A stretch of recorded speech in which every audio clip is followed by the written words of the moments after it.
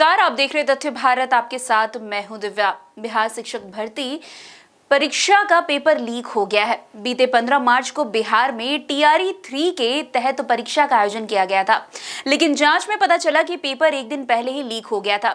इस बीच युवाओं के हक के लिए हमेशा मुखरता से अपनी बात रखने वाले जनसुराज के सूत्रधार प्रशांत किशोर ने पेपर लीक मामले में कहा है कि बिहार में यह रोजमर्रा की घटना बन गई है। पिछले बार जब भी बीपीएससी का पेपर लीक हुआ था, तब बहुत सारे छात्रों ने मुझसे कहा था कि आप इस पर कुछ बोलिए, ट्वीट कीजिए। तो मैंने उस समय भी कहा था और अब भी कह रहा हूं कि पिछले 10 सालों में 60 से ज्यादा अलग अलग परीक्षाओं के पेपर लीक हुए हैं, पर इस पर कोई जवाबदेही तय नहीं कर रहा है। पिछली बार बीपीएससी पेपर लीक होने के बाद जिस व्यक्ति को मामले में दोषी पाया गया था, उसकी कुछ दिनों बाद ही बड़े मंत्रियों के साथ बड़े बड़े फोटो अखबार में छपी थी। जब शिक्षा मंत्री और पूर्व शिक्षा मंत्री सबकी साठ गांठ और फोटो छपेगी तो प्रश्न पत्र लीक नहीं होगा तो क्या होगा?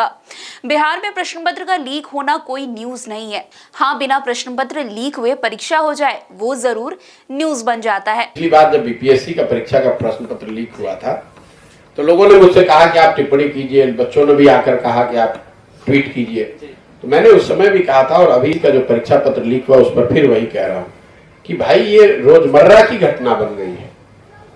जब आपका पिछले 10 सालों में ये 60 से ज्यादा अलग अलग परीक्षाओं के पेपर बिहार में लीक हुए हैं, न इस पर किसी की जवाबदेही है। और जो आदमी जो पिछली बार बीपीएससी के प्रश्न पत्र लीक होने के बाद जिस व्यक्ति को सरकार ने ये कहा कि ये दोषी है, जिसको पकड़ा गया, उसी आदमी का पिक्चर सरकार के बड़े मंत्रियों के साथ 2 दिन के बाद आप ही लोगों ने छापा है। तो आपको पता है कि जब शिक्षा मंत्री या पूर्व शिक्षा मंत्री प्रश्न पत्र लीक करने वाले के साथ बैठकर और उसकी साठगांठ और उसकी फोटो छपेगी तो प्रश्न पत्र लीक नहीं होगा तो क्या होगा? ये बिहार में तो जो प्रश्न पत्र लीक होना कोई न्यूज नहीं है।